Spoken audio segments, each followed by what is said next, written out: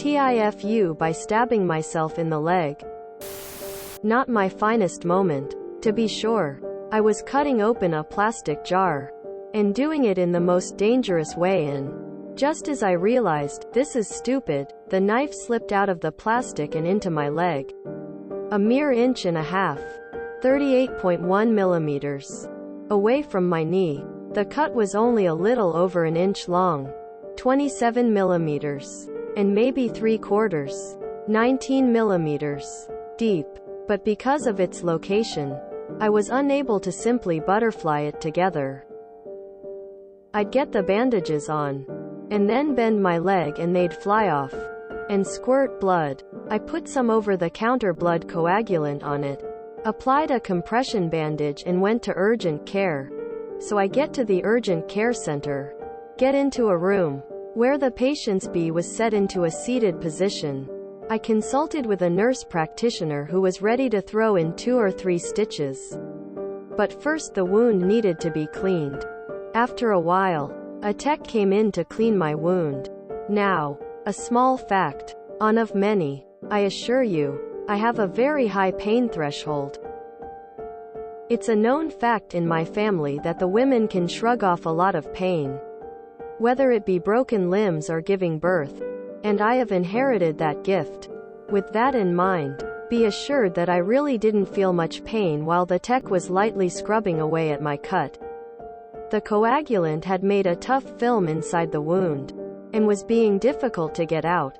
I felt very little pain, but my stomach was starting to bother me. I hadn't eaten yet that day. The last time I was in an emergency room was some 18 years ago or so, when I nearly tore my little toe off. When the doctor set the broken toe, I had the same upset stomach right before I fainted, a detail which my so delights in harassing me about. I knew after a few moments that I might faint this time. As well, my body was going into shock, and I asked for some water and to lay down. But, apparently, the bed was stuck in the chair position, and I passed out while sitting upright. I was later told, started twitching. My arms and legs were moving spastically, and the tech thought I was having a seizure. She tried to take my pulse and couldn't find one. Another fun fact, too. Actually, my resting pulse has always been on the low side, around 60 beats per minute, and my blood pressure also low, like 112/65 or so.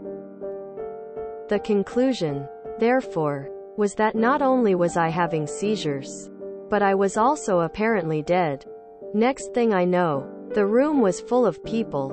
I was being slid into a wheelchair and being rushed to the emergency ward.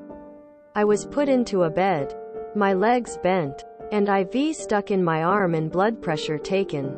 Low pulse, low BP. I'm sorry, I said. Just went into shock a little.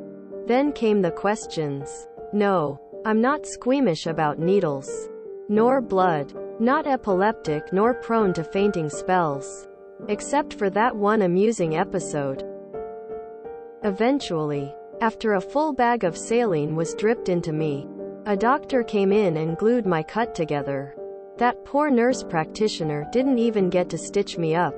To my SO's mild dismay, the doctor was liberal with the butterflies and glue on top of it all. And I had to wait an extra hour and a half for that to solidify before I was allowed to leave. In the end, what should have been a 1 to 2 hour stitching up, turned into 4.5 hours of boredom punctuated with a pseudo-medical emergency. And a lovely story to regale my fellow Redditors with. The moral of the story is, don't cut toward you, you freakin' dolt. Oh, and apparently, I tend to go into shock and faint when I am being worked on now. I guess. TLD, or I stabbed myself and caused some medical staff to think I died. I cut towards myself earlier this year and ended up looking like I'd made the world's most attention-seeking attempt on my life.